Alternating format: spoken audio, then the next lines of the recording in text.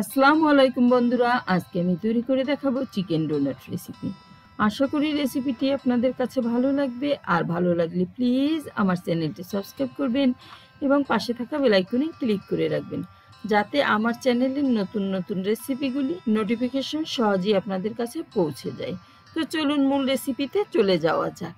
আমি এখানে 500 gram chicken নিয়েছি, কিউব করে কেটে নিয়েছি। আমি মুরগির বুকের মাংসটা নিয়েছি। এখানে আমি এখন এটা একটা ফুড প্রসেসরের মধ্যে দিয়ে দিচ্ছি।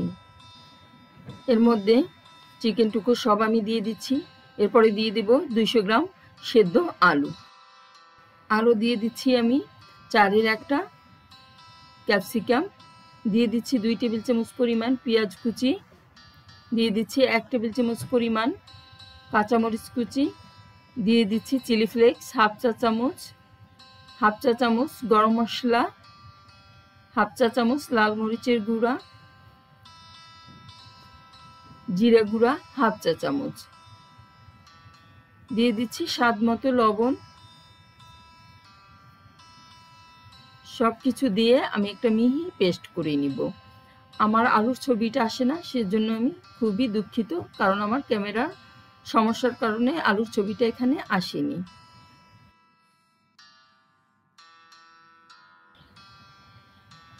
এ পর্যায়ে আমি এতে দিয়ে দিব 2 পিস রুটি।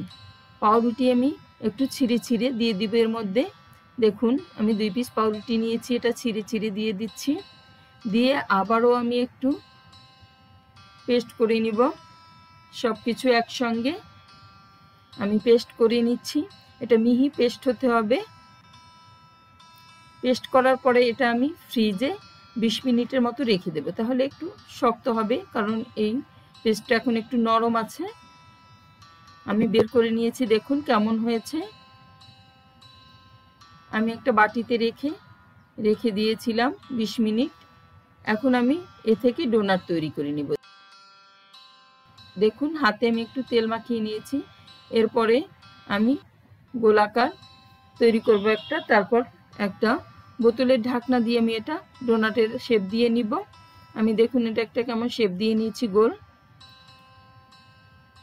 এখন আমি একটা দেখুন ঢাকনা নিয়ে নিয়েছি, এটা দিয়ে আমি ভিতরটা কেটে দিব।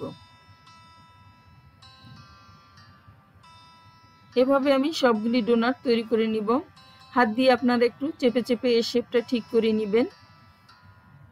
আমার সবগুলি ডোনাট তৈরি করা হয়ে গেছে। এখন আমি আবার ফ্রিজে রেখে দিয়েছি 15 মিনিটের জন্য। আমি এখানে নিয়েছি টোস্টের গুঁড়া, আরও নিয়েছি 2টা ডিম। ডিমটা একটু ফেটিয়ে নিব, কারণ টোস্টের গুঁড়া আর ডিমে কোট করে নিব আমি ডোনাটগুলি। আরও নিয়েছি ময়দা। আমি ডোনাট বের করে নিয়েছি, দেখুন। এখন আমি ময়দায় কোট করে ডিমে ডুবিয়ে নিব ভালোভাবে। ডিমের ভিতর দিয়ে নিচ্ছি, দেখুন। এরপর আমি টোস্টের গুঁড়ায় কোট করিয়ে নিব। আপনারা চাইলে ব্রেড ক্রামও দিয়ে দিতে পারেন। এখানে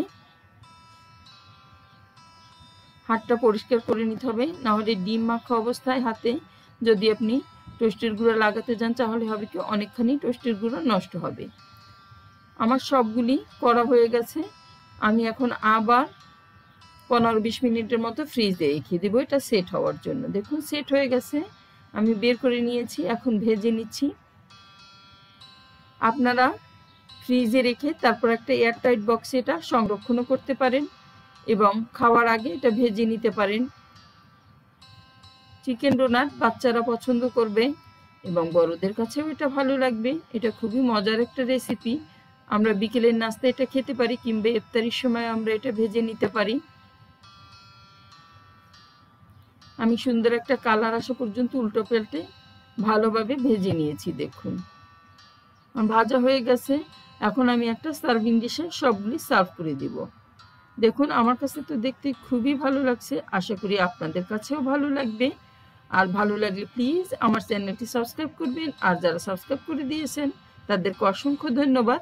আমি একটা ডোনাট ভেঙে দেখাচ্ছি এর ভিতরটা কেমন হয়েছে। দেখুন এর ভিতরটা সফট, উপরটা ক্রিস্পি। তো বন্ধুরা, আমার রেসিপিটি ভালো লাগলে বেশি বেশি শেয়ার করে দিবেন, বাসায় ট্রাই করবেন। সবাই খুব বেশি ভালো থাকবেন। আল্লাহ হাফেজ।